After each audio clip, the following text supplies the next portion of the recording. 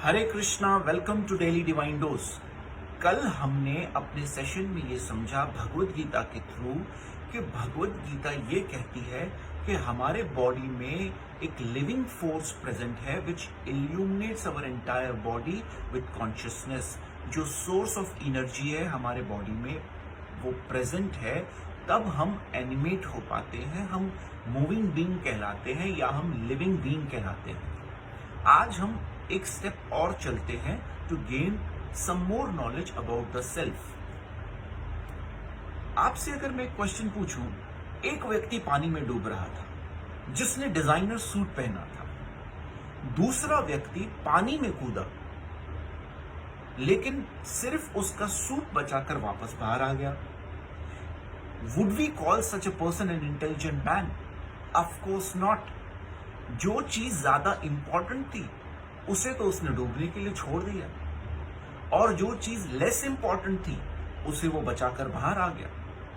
ऐसे ही हमारे लिए जो ये बॉडी है, इससे ज्यादा इंपॉर्टेंट द लिविंग फोर्स है, जिसे हम सोल भी कहते हैं। लिविंग फोर्स ही इस बॉडी को सस्टेन कर पा रहा है, वो ही इस बॉडी को मूविंग बना पा रहा है, उसी की वजह से ये बॉडी चल रही है। जैसे कार का जब एक्सीडेंट होता है तो कार पे कितने डेंट्स आए और कार पे कितना नुकसान हुआ ये नहीं देखा जाता। सबसे पहले ये देखा जाता है कि अरे जो वो कार चला रहा था कहीं उसको तो कुछ नहीं हो गया।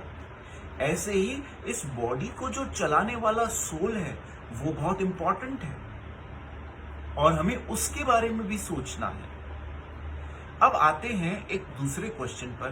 कई बार लोग कहते हैं सोल को किसने देखा है, आत्मा तो दिखती ही नहीं है। तो मैं आपको साइंस के थ्रू समझाता हूं। साइंस एक थियोरी प्रेजेंट करता है, कॉज एंड इफेक्ट थियोरी। अगर आपको किसी चीज का इफेक्ट हो रहा है, that means certainly there is some cause behind it. For example, अगर आप अपने रूम में कूल ब्रीज को फील कर रहे हैं, इसका मतलब इस इफेक्ट का कॉज कुछ न कुछ है। या तो वो एसी है या तो फैन है।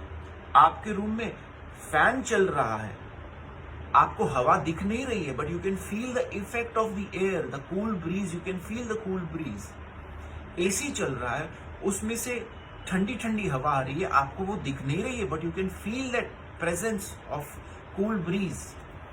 वैसे ही आज के टर्म में अगर कोरोना से रिलेट कर लें, कोरोना के वायरस को किसी ने नहीं देखा, लेकिन उसके सिम्टम्स और इफेक्ट को फील किया है जो भी लोग उससे इन्फेक्ट हो जाते हैं। ऐसे ही ये कॉज एंड इफेक्ट थ्योरी बताती है कि आपके बॉडी में कोई सोर्स ऑफ एनर्जी प्रेजेंट है, एक ड्राइविंग फोर्स के रूप में। क्योंकि जब आप अपने आप को कहीं पर भी कुछ पिंच करते हैं तो you can feel it. That means there is a source of energy present which is illuminating your entire body, which is the cause of this effect that you can feel anything when you pinch on your body.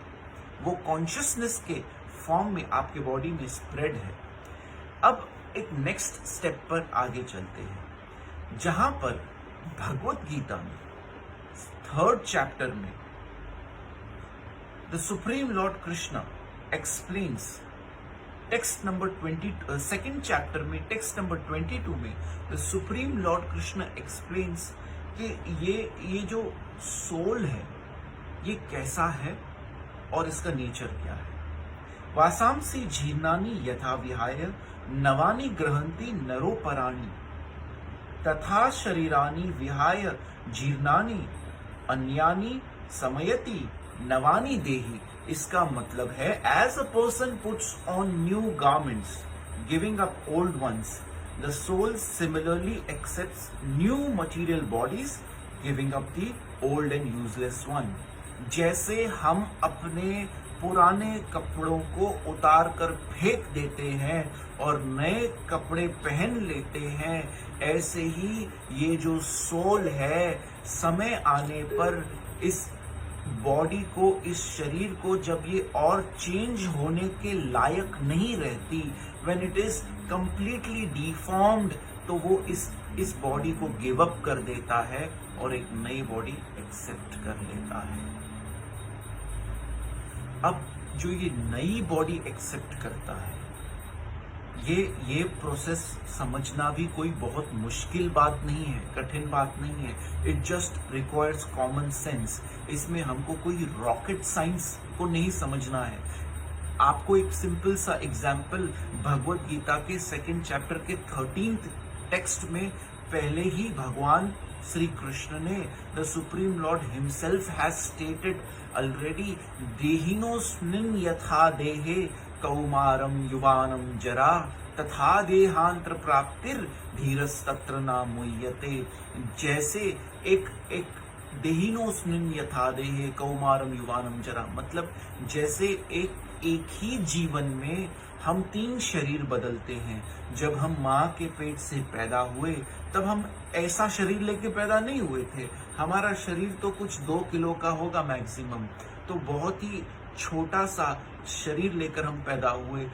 तो जब हम युवा हुए हमारा शरीर बिल्कुल परिवर्तन कर गया, और फिर जब हम बूढ़े होते हैं तो हमारा शरीर पूरी तरह और परिवर्तन कर जाता है।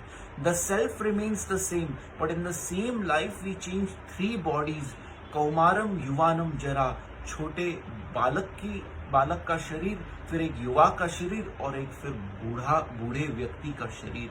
हमने एक ही जीवन में 3 शरीर बदल दिए।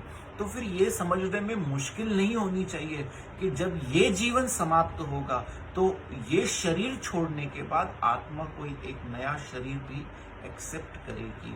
तो आइए आज के इस सेशन को हम यहीं पर पॉज करते हैं, कल फिर मिलते हैं इसे और अच्छी तरह समझने के लिए। प्लीज आप ज्यादा से ज्यादा ये डेली डिवाइन डोज को शेयर कीजिए। Thank you very much. Chant Hare Krishna and be happy.